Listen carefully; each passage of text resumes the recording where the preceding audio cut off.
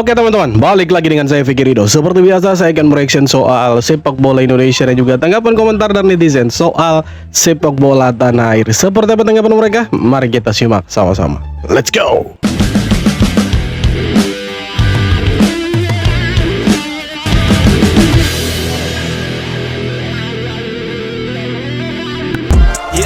Bayangin, orang Belanda kaget lihat stamina anak Indonesia.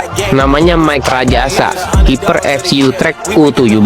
Datang-datang langsung bengong. Katanya apa? Fisik dan stamina timnas U17 bukan main-main. Anak-anak ini lari bukan pakai tenaga, kayak pakai cicilan. Menurut Mike, mereka berlari tanpa henti, bukan karena panik, tapi karena kuat. Latihan di Bali, mainnya di Qatar yang panasnya bisa bikin es batu tuh insecure. Hasilnya, main solid, nggak kendor, nggak minta kipas angin. Kombinasi pemain lokal yang kuat dan pemain diaspora yang cerdas. Ini bukan tim, ini paket komplit. Pertanyaannya sekarang, ini U17 atau U17 tapi baterainya U25? Ya, itulah kehebatannya Coach Novarianto meracik timnas U17. Nah, sekarang timnas U17 sudah dipegang sama orang lain ya. Semoga berkembang juga seperti masih dipegang sama Coach Nova, dan Coach Nova naik kelas ke U20. Nah, kita harap U20 itu nanti lebih bagus lagi dan ya samalah kayak U17 nantinya. Kita harapnya begitu, bro. Semoga makin keren. Bek tengah timnas Indonesia, Jay Ijes, resmi menjadi pemain termahal di Asia Tenggara dengan nilai pasar 10 juta euro. Setelah bergabung dengan Sassuolo, performanya yang mengesankan membuat harganya melambung. Meski meraih prestasi ini, Ijes tetap rendah hati dan fokus pada perkembangan timnas Indonesia. Ia menyatakan bahwa nilai pasar hanyalah angka dan harus dibuktikan di lapangan. Ijes juga bangga dengan kemajuan seluruh pemain timnas yang kini bermain di klub-klub besar, termasuk di Eropa. Dengan sikap positif dan kepemimpinannya, Ijes menjadi figur penting bagi skuad Merah Putih.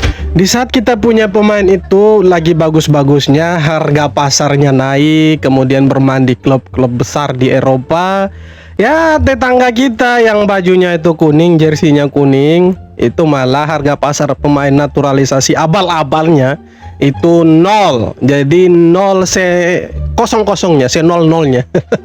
nol-nolnya, iyalah itulah. You name it lah. Pokoknya mereka punya pemain naturalisasi yang katanya itu hebat lah, bermain di La Liga Argentina lah. Iya kan? Itu mereka punya harga pasar anjlok. Kenapa? Karena mereka itu pemain naturalisasi ilegal. Ilegal di timnas Malaysia. Nah, kita punya pemain seperti Jay Ijes, Kelvin Verdong, Kevin Dix, itu justru sebaliknya. Mereka harga pasarnya semakin naik dan juga bermain di klub-klub besar di Eropa, ya kan? Jadi itulah perbedaannya, saudara-saudara. Kalau mau dibedakan, mau dibandingkan, janganlah. Tetap King Indo punya pemain itu selalu ada di atas. Beda dengan yang di sana itu abal-abal itu. Wahai tetangga, niatnya sih mau pamer timnas rasa Eropa. Sekarang malah terancam dilarang tampil sama FIFA. Waduh, ini mau main bola atau mau main kucing-kucingan sama imigrasi sih? Dengar-dengar nih ya, FAM. Kenapa FAM, bro? Loh, kok jaringan? Kenapa nih? Ada apa ini? Kenapa nih? Aduh, ulang. Hai, jaringan gak? Migrasi sih, dengar-dengar nih ya, FAM atau Federasi Sepak Bola Malaysia tadi kena semprot. Katanya ada skandal pemalsuan dokumen naturalisasi. Sekarang nasib sepak bola Malaysia ada di ujung tanduk. Kalau banding ke CAS ditolak,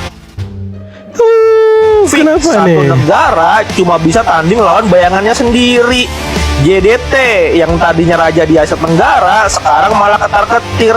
Kalau benar diskors, JDT bukan main di kompetisi internasional lagi. Iya, betul. Tapi main antar RT di kampung baru. Gimana menurut kalian? Apakah ini karma karena terlalu ambisius atau emang lagi apa saja? Coba cek.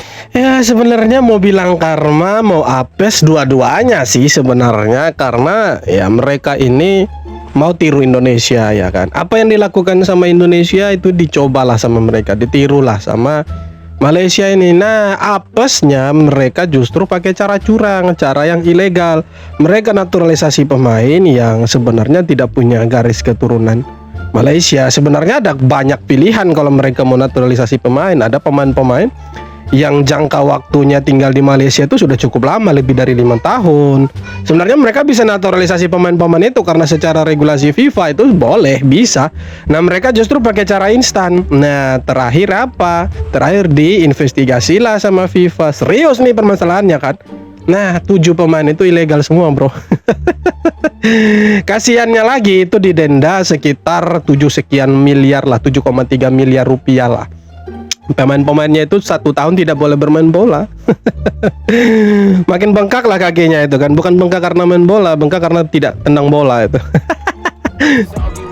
Bayangin lini belakang timnas kita punya tembok setinggi 190 cm yang biasa duel sama striker-striker elit Liga Inggris. Ya, Pascal siapa Struijk, lagi bro. bukan Pascal Struijk. Kalau kabar ini benar jadi kenyataan, fix striker lawan bakal kena mental duluan. Jelas, Sebelum masuk jelas, babak jelas. penalti timnas.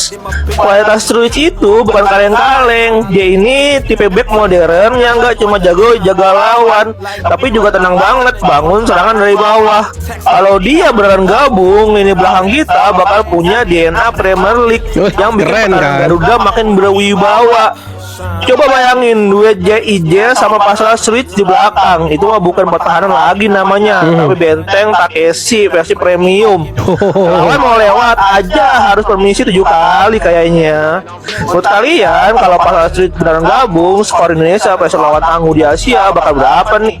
Susah sih mereka mau bobol gawangnya timnas kalau sampai si Pascal Struijk itu mau gabung dengan timnas, karena sampai dengan ya saat ini, detik ini belum ada kejelasan sih dia mau gabung atau tidak, itu belum jelas. Tapi kita harap dia mau sih, karena dia punya garis keturunan Indonesia itu jelas ya kan. Dan kalau dia gabung, wah keren. Kita ada JIJ, ada Rizky Ridho, ada Kevin Dix, Kelvin Verdong, ya kan. Kemudian ada Sandy Walsh. Wah, belakangnya kita keren itu, tengah oke, depan oke. Siapa mau lawan King Indo itu AFF? Sudahlah, langsung kasih lah pialanya ke Indonesia itu. Bercanda, kita tanding dulu nanti. Ini FIFA Series duluan toh. Kalau kita menang FIFA Series dan kita ada prestasi bagus di situ, tidak menutup kemungkinan AFF kita juara juga, bro. Tenang lah, ini 95% ini piala sudah di tangan Indonesia. Tinggal ya bermain saja nantinya. Tinggal kasihlah itu trofi ke Indonesia. Sombong dikit boleh kan? Boleh lah. Bukan Adidas, tapi Kelme, brand asal Spanyol yang justru disebut resmi jadi apparel baru timnas Indonesia. Setidaknya itulah yang ramai dibicarakan setelah salah satu media lokal ternama mengunggah informasinya. Memang belum ada pengumuman resmi, tapi kabar ini langsung bikin banyak fans membicarakannya. Heboh. Buat yang belum terlalu kenal, Kelme sebenarnya bukan brand sembarangan di Eropa. Iya, betul. Mereka dikenal sebagai apparel alternatif yang berani dan eksperimental, terutama dalam urusan desain jersey. Berbeda dengan raksasa seperti Adidas atau Nike yang sering memberi desain spesial hanya untuk tim-tim besar dan template standar untuk tim lain, Kelme justru punya pendekatan unik. Semua tim diperlakukan sama tanpa kasta.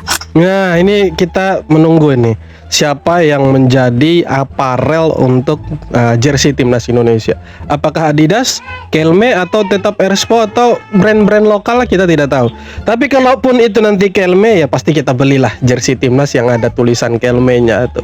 Ya, kita selalu mendukung lah timnas Indonesia. Jersey urinya pasti kita beli itu. Pasti itu. Ya, itu harga mati kita beli itu. Intinya jangan mahal-mahal seperti sebelum-sebelumnya. Siapa sangka, dua nama ini malah nggak ada di skuad timnas. Tom Hay dan Shane Patinama resmi dicoret. Kenapa bisa begitu? John Herdman akhirnya ngumumin skuad timnas Indonesia buat FIFA Series 2026. Orang ini kena akumulasi kartu, bro. Akumulasi kartu. Mereka tidak bisa main untuk timnas Indonesia. Itu 4 pertandingan, bro. 4 pertandingan karena waktu itu mereka protesnya terlalu keras ke wasit. Waktu kita lawan Irak terakhir di kualifikasi ronde keempat Piala Dunia itu. Jadi sayang sekali sih sebenarnya, tapi tidak masalah. Shane Patinama punya posisi itu, ada Dean James, ada Kelvin Verdong, jadi oke lah, masih bisa di cover lah.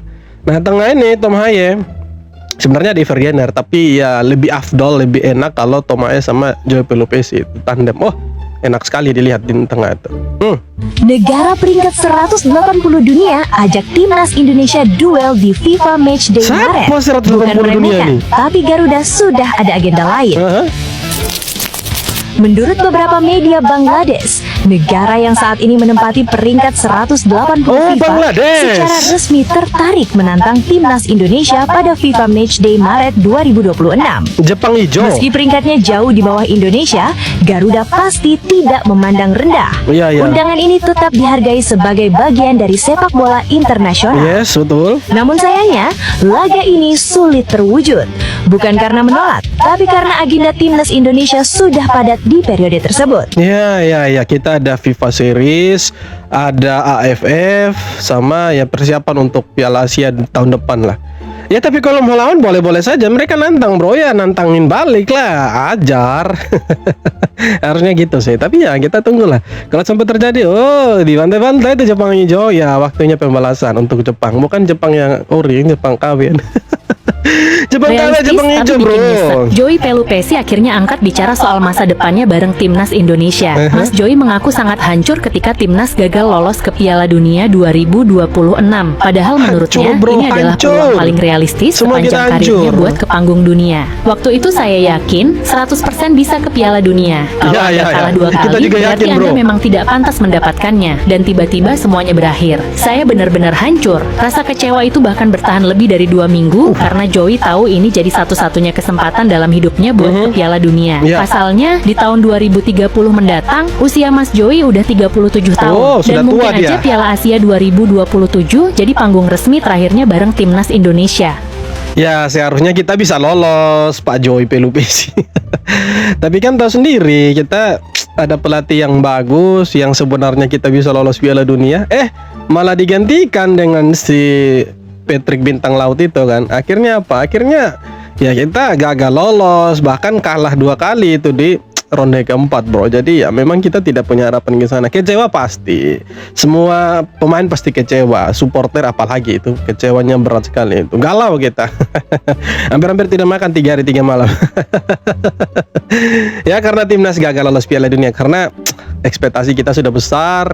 Kita harap timnas masuk Piala Dunia, datang Patrick malah tenggelam timnas kita kan. Nah kalau 2030 Joey Pelupesi sudah tua, udah 37 ya, otomatis posisinya tergantikan dengan pemain-pemain yang secara usia lebih muda dari dia, yang fisiknya masih fresh. Itu pasti Joey Pelupesi akan tergantikan, dan pastinya ada pemain-pemain lain yang akan dinaturalisasi dalam ya 4 tahun ke depan mungkin ini kan.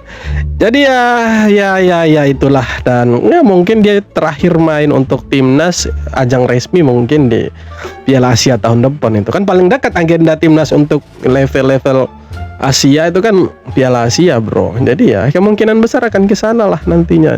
Kita lihat aja nanti. Belum pun kes asal dibicarakan di Mahkamah Timantara Sukan CAS, FIFA mengenakan satu lagi hukuman terhadap FAM. Apa 3 itu? perlawanan persahabatan antarabangsa Tier 1, seri 1 sama dengan Cape Verde, menang 2-1 dengan Singapura dan menang 1-0 dengan Palestin. Diisytiharkan Malaysia kalah 0-3 kepada ketiga-tiga lawan itu.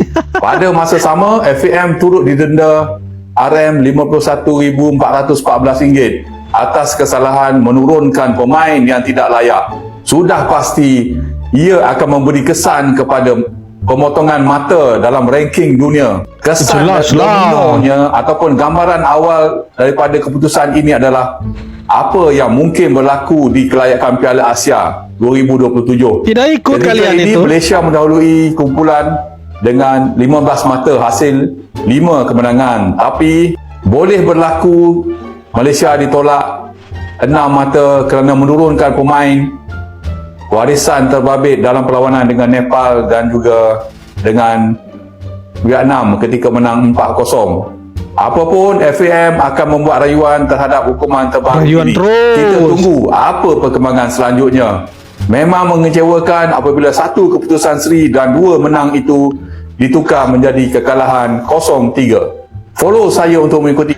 Nah mereka ini terancam juga tidak ikut Piala Asia. Kalau sampai AFC turun tangan dan kemenangan atas Vietnam itu dianulir, lawan Nepal dianulir, selesai. Mereka tidak akan bisa ikut Piala Asia karena secara poin mereka akan dikurangi dan pasti otomatis Vietnam yang lolos. Ini pun masih terancam mereka karena mereka akan lawan Vietnam dulu tahun ini. Kalau mereka sampai kalah lawan Vietnam, Bro, selesai itu Malaysia itu. Selesai. Tidak ada cerita mereka lolos itu. Pasti selesai. Ya semoga bisa lolos lah ya kan, supaya Indonesia ada kawan di sana. Kan tidak seru kalau tidak ada Malaysia gitu kan. Masa Indonesia sendiri? Terus tetangganya di mana? Kok pada diam, kok pada tidur kan gitu. Oke teman-teman, jadi itu dia beberapa video tanggapan komentar dari netizen soal sepak bola Indonesia dan Malaysia.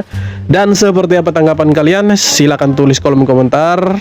Terima kasih banyak sudah nonton video sampai akhir. Kita jumpa lagi di video-video berikutnya. Thank you bro.